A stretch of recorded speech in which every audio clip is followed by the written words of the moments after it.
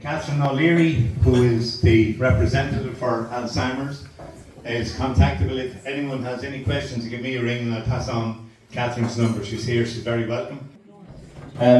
Just while Martin getting ready there, I need a bit of help, but the talk of 61, there's another story that Mickey told us several times. 61 is a pivotal year at Rackmuir. It kind of finished the 80s, I suppose, in a way, but everyone's well aware that Bobby Rackards nearly got his leg cut off in 57. Hadn't hurled a ball in anger for 5 or 6 years, and he was called back in the county final to go on no better man than Nick O'Donnell.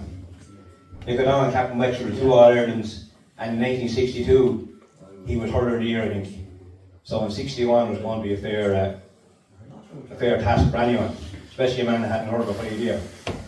Mickey was a witness, I think, that time after Mass. Everyone came outside the chapel gate and talked about what was going to happen that day, especially when the county final again, the famous St. Aidan's. And Mickey was there, Bobby Rack was there, and another hardy little fella called Richie O'Neill. He's all known. Richie senior said to Bobby, "You're playing on Nick O'Donnell's day," he said, "but when you get the ball, the minute you throw it up, Nico, it'll just tap it off your hurl."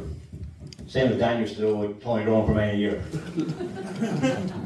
But Bobby says, and a brave thing to say after not hurling for so long, he said, Richie said, "I don't know if I get the ball or not." But he said, "If I do get the ball, now honey Nico O'Donnell, but no man in Ireland take it off me." He scored 2 goals and 2 points off Nico O'Donnell, and Mickey said he should have scored a 3rd goal as well. So, a fair man. Bobby, I think, maybe didn't get so much credit because he was in the shadow of his brother Nicky, but one of the great hurlers as well, and certainly one of the great defenders.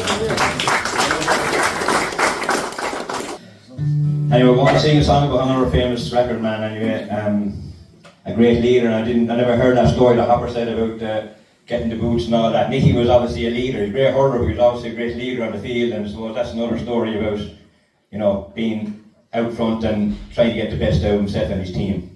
So this is about another great hurler of all time. The challenge of an ancient game brought glory, glory to your name. Though March winds blew, the crowd still came to watch you, gentle hero. And Blackstairs men who saw you then still speak of you in awe. On Gorman's Green where you have been, they tell of what they saw. I think that we're a bit ambitious with our efforts to produce the centre of excellence. I consider that a centre of excellence produced itself. You don't come along and say, "There's a big field, that's the centre of excellence." But you could look at a field with a real good team, and you say, "There's the centre of excellence." I think that anyway. Go on, interrupt Oliver for a minute. I just want to finish on 76. If my brother over there had to play in 76 for the 1 hour. I thought Hopper McGrath might be controversial. I'm not finished. I'm sitting at home making cows and making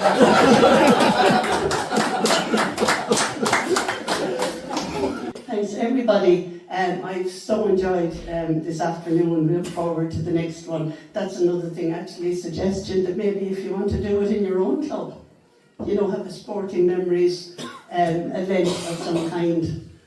You know, there's lots of stories, and some of us just never tire listening to those stories. So thanks and well done. Well done. Hello everybody and welcome to Crow Park for the Blue Ribbon of Hurling, All-Ireland final of 1956. And as we look down on the Crow Park that's packed to capacity, one must salute Munster champions Cork and Leinster champions Wexford. And the word in everyone's mouth is, where will it go? Some say it'll go home to the home of Kelly the boy from Killane, a home that's now occupied by the Rackards brothers. And more says it'll go back to the banks of the Lee, where that trophy now was of a Cork accident. A Cork team on paper that do not look good, but a Cork team in Crow Park is spelled with a capital C. In goal, Mick Cashman, right back Jim Brown. Falls out in Killane upon a summer's morn, the greatest gale in the land he was born. He learned to hurl, and so gifted was he. He tapped the moor the bar when he was only 3. Nicky Rackard, king of the close in freeze. Up to St. Kieran's where he went to school. There he learned to be nobody's fool. There he picked up the tricks of the game that started the legend of his famous name. Nicky Rackard, king of the close in freeze. We had a wonderful time. I hope people will remember Alzheimer's, because Sinead, that's why we're here, really. Tom, you show anyone that wants to look at photographs next door. Tom, would you open that beautiful album again there, please? Anyone who wants to look at the album, wander around from our part of it, Marguerite and Marie and Tony. Thanks a million to you people, to Martin Todd, and to my former past pupil from Enniscorthy, James, for going around with the mic. And thanks to everyone for coming and making it a wonderful evening, especially to the heroes here like the Hopper and all you people. Garvey,